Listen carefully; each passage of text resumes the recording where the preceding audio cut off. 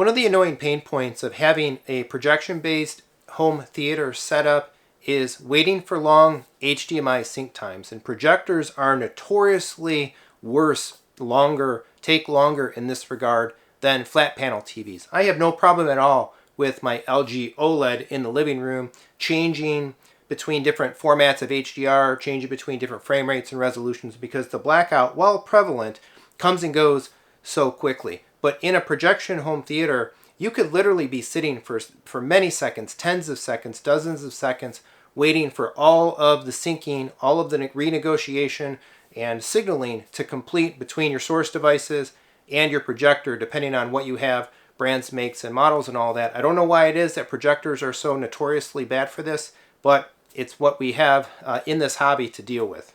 Depending on what exactly is being sunk in a change of format or a change of source content video, you may be waiting long enough as well, which is the case in our theater generally, that the audio actually starts playing long before the video starts playing. So in a lot of cases, when I go to start a movie, historically, I'll need to grab my remote, I'll need to start playback of whatever it is we're going to watch, wait for the sound to come on, pause, wait longer for the rest of the negotiation to complete. Finally, when the video image is on the screen, I'll press play again.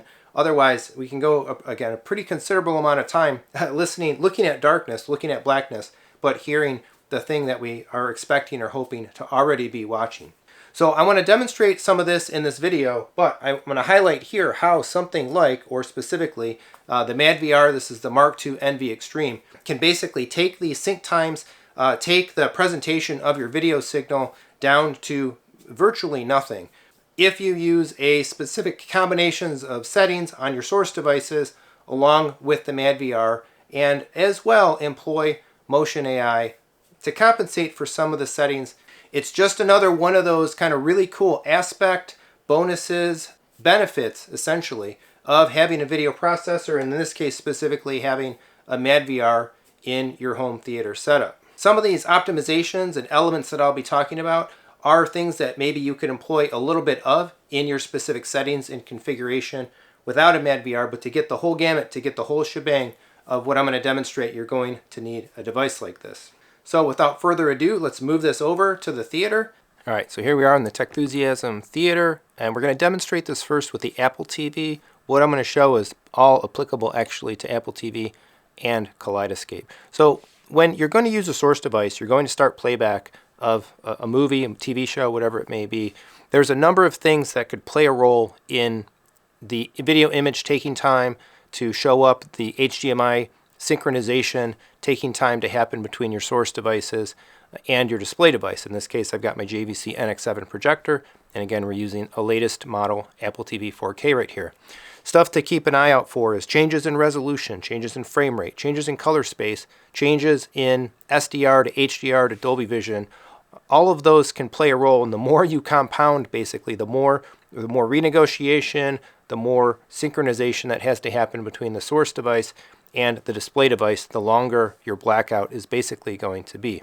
So in this baseline demonstration, I have the Apple TV set to nominally output 4K SDR, video levels with 444 chroma, and match content for both dynamic range and frame rate is enabled. So if I switch over here to the video app, we're going to start playback of Avengers Endgame. Now Avengers Endgame is going to want to play in 24 frames per second.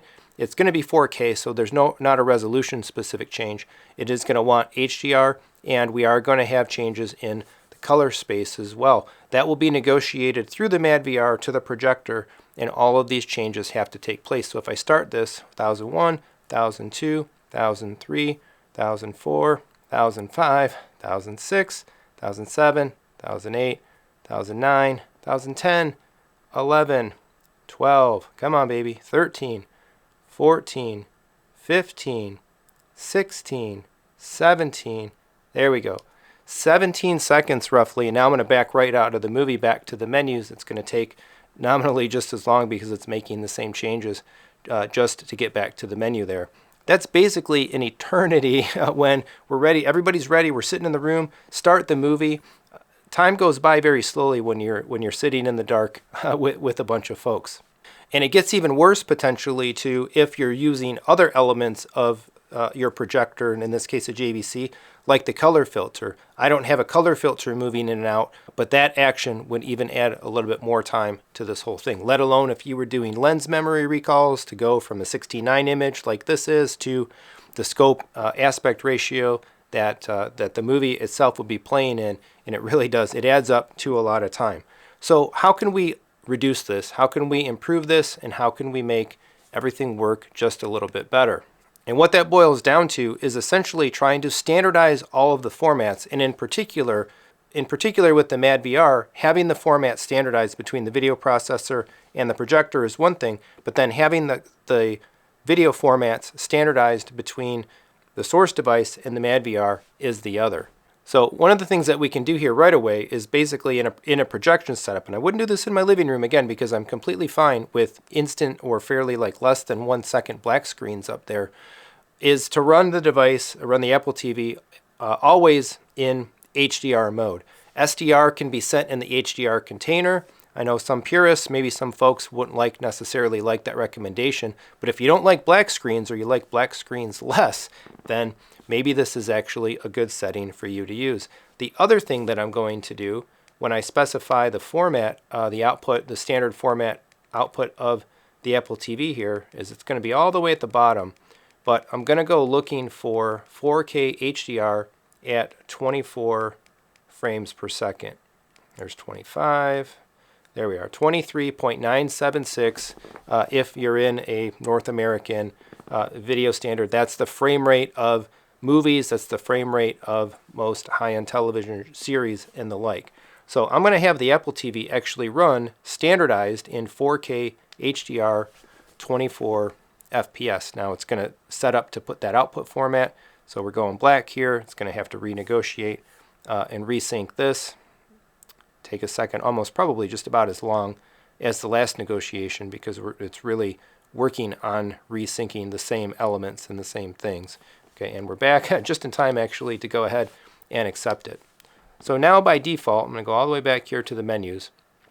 So we're running 4K HDR, running 24 frames per second, and at this point as well, I don't need to match dynamic range or frame rate. In fact, I wouldn't even want to anymore. We're planning in this room to watch movies. This is a home theater space, and so we can tailor the settings specifically for that purpose. Now, if we go back over to our movie here, and I start playback of Avengers Endgame, boom, instantaneous. That's even faster than the LG generally syncs video content upstairs in the living room. So I'm going to go back and look at that. Look at how quick we are back to the menu. Just insane. So if you're getting a bunch of folks together, you're doing demos, and you want to jump in and out of a bunch of demo scenes, you're not waiting 16 seconds to watch 10 seconds of a cool scene of a movie and then pop into something else. This is maybe what you're looking for in terms of the setup, and I'll talk here in a minute why the madVR is really kind of key.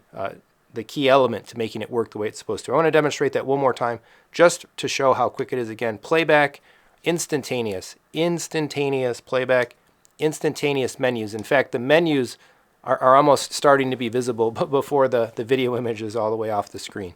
Just insane. Now, one of the things to think about with this though, and we can already see it kind of happening. Now, why don't we normally want to run a source device at 24 frames per second? And that's really because the menus look janky. There's a reason that you don't run your computer at 24 frames per second. Your desktop computer, your laptop, whatever it may be. You want that screen refreshing. You want that interface refreshing at 60 hertz, if not even faster, 120 hertz, because it makes it feel natural. It makes it feel smooth. When you're navigating around a UI, and this is even more prevalent, we'll see when we get to the Kaleidescape, because the Kaleidescape UI is just naturally so smooth in terms of its scrolling. 24 frames per second actually doesn't look very good to the eye. Now, if you don't have a madVR, you don't have a video processor and all that kind of playing a role in the chain, maybe it's just something you live with. Again, it's a trade-off. This hobby, in many ways, like many things, is all about trade-offs, and so you make your choice. Do you want long sync times and maybe perhaps somewhat janky of a menu, or do you want a nice smooth menu and you're okay to wait for a while jumping in and out of content? Now before I change the setting, I want to make sure to demonstrate this as clearly as I can with the Apple TV at least. So, and it's not going to necessarily come through very cleanly in the video, but what I can say is when this starts to scroll, we can really see everything kind of moving up and down. I can see it very cleanly in the room here. At 24 frames per second, it really hitches. You can see the stutter, you can see the jank. But enter madVR NV Extreme Mark II, enter Motion AI. Now, Motion AI can run a menu at a lower frame rate, in this case again 24 frames per second. However, with Motion AI on and the output frame rate of the device set or fixed basically to 60 hertz or higher, everything can be smooth. So Motion AI lets us basically de-speed the feel, the presentation, the refresh rate of the UI, but it cleans it back up even at that lower number, giving us essentially a really nice balance between, again, maintaining those absolutely awesome sync times. I'll go back in here again, even with Motion AI on, boom, nothing is renegotiated because it's all fixed, it's all set, right back to the menu. Just really, really cool. Instantly fast, and Motion AI is doing the work necessary to clean all of this stuff up. And I should say as well, this is a system level setting for the Apple TV. It's not app based or app specific. So from a source device perspective, this will work for everything and anything that we play on that Apple TV. All right, let's take a look how this works out with the Kaleidescape. So here we are, of course, at the awesome Kaleidescape UI interface, and I have the Kaleidescape running now at 60 hertz. There's no Motion AI, nothing else involved like that. You can see the UI is at its usual level of smoothness and crispness, cleanliness as it moves around. So let's go ahead and start playback of a Kaleidescape movie with these types of settings and see how long it takes the HDMI signal to sync and come on screen. We'll just use Spider-Man Into the Spider-Verse here. This is a 4K movie, so there's no resolution renegotiation, but we are essentially renegotiating color space because by default the Kaleidescape outputs SDR, so we will have to re-go or change over to HDR, and we will have to change frame rate. The Kaleidescape UI running at 60, the movie wanting to run at 24. Play movie, 1001, 1002, 1003, 1004, 5, 6, 7, 8, 9, 10, 11, 12, 13, 14, 15, 16, 17, come on, 18, 19, there we go. So a little less than 20 seconds, and if I stop playback, it's going to take us a while to get back to the menu as well. You're going to see some light levels shift up and down. That's because Kaleidescape is interacting with my Control 4 system and automatically changing the lighting levels as we go into and out of content. Man, it takes a while. There we are. Back to the menu. Okay, now, so let's take a look at the impact, the results of mimicking essentially what we did on the Apple TV with the Kaleidescape. Now, in order to make the changes to the K, we have to go to the web UI, go to the IP address of your player. I'll put up a little screenshot of what it looks like on the screen here. So I'm going to move right now the Kaleidescape from a 60 hertz menu to a 24 hertz menu. There will be some renegotiation because, again, of course, the Kaleidescape is changing its output frame rate to the madVR and onward through to the projector. Shouldn't take quite as long as playing the movie because there were some color space elements to that prior renegotiation as well. But even this alone takes a good bit of time. Okay, so here we're back. And once again, this is where Motion AI is the saving grace of everything. So if I scroll here, this is not pleasing to the eye at all. The covers kind of like shift and move and just bubble and float around. Not smooth, not elegant, not as clean and crisp as the Kaleidescape really should be. Again, it's a 24 hertz menu. We don't want to use 24 hertz menus in general, except for when we have a way to work around them, and that is madVR Motion AI. I'm going to turn Motion AI back on, and we are back to smooth scrolling, smooth sailing, everything looking really, really nice again. And for the sake of consistency, we're going to go ahead and start playback of the same movie. Go ahead, in Spider-Man Into the Spider-Verse. I'm not going to resume, just going to play essentially from scratch. And there we go, 1001, 1002, 1003, 4, 5, 6, 7, 8, 9, 10, 11, 12, 12. So, and my counting is probably not being super consistent as well. Maybe I'll overlay some timers actually in post. Essentially what we would really like to see with this is for Kaleidescape to implement an always HDR menu. Then we could go from an HDR menu to HDR content, which by and large is what most of us are probably watching nowadays. You can see the plethora of HDR movies compared to HD on my screen here, and we would be able to mimic exactly what's happening with the Apple TV. There would not have to be a new color space renegotiation to go from an SDR menu to an HDR movie. We would be able to run HDR all the way through, and we would be able to achieve kind of the full result essentially of what we're able to get on the Apple TV in the K. Still, we can get better with frame rate alone, but it's a combination essentially of frame rate and color space that makes all the difference in totality. So there we are, faster HDMI syncs. In the case of the Apple TV, actually, instant syncs using a projection-based home theater setup by virtue of the madVR. The key element being those lower frame rate menus, but using Motion AI to clean up the menus and make the janky into buttery smooth and clean once again. I should mention as well that part and parcel with this is a setup between the madVR and the projector that allows proper tone mapping and image output, so that image output is consistent from the madVR to the projector. I am always outputting essentially SDR in a fixed resolution and with Motion AI at a fixed frame rate to the display, taking out the need for those negotiations. So everything else, everything that we're seeing with those delays and the black screens is a result of the source device, the content providing device, changing its formats between menus and certain types of content that it may be playing. But I think this is pretty cool, and again, it's part and parcel. One more reason on the list why having a video processor, why having specifically a madVR in your home theater system might make it more usable, might make it a better experience, improve some things, fix some things that are frustrating and janky about projection-based systems.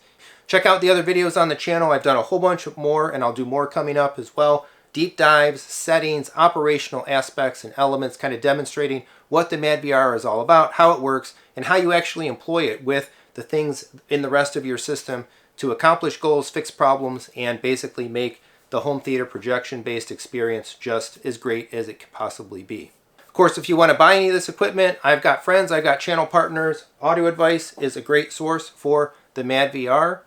Follow the links down in the description to them, or if you would like me to put you in touch specifically with my business partners there to talk madVR, please reach out to me.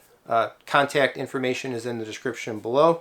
They can provide all sorts of audio, video, home theater, and hi-fi equipment. If you're looking for Kaleidescape though, wouldn't you know, not only am I an uber fan of Kaleidescape, not only have I dedicated a lot of time over the years of the channel to demonstrating the system and basically speaking to all of its elements, but I am actually a Kaleidescape dealer myself. So if you're interested in Kaleidescape hardware, please reach out to me. I would love to talk with you about it, answer any questions, and maybe help you add a Kaleidescape system to your home theater. Or if you have an existing Kaleidescape system and you're looking for some upgrades, I could be your guy for that as well. Just reach out and let me know.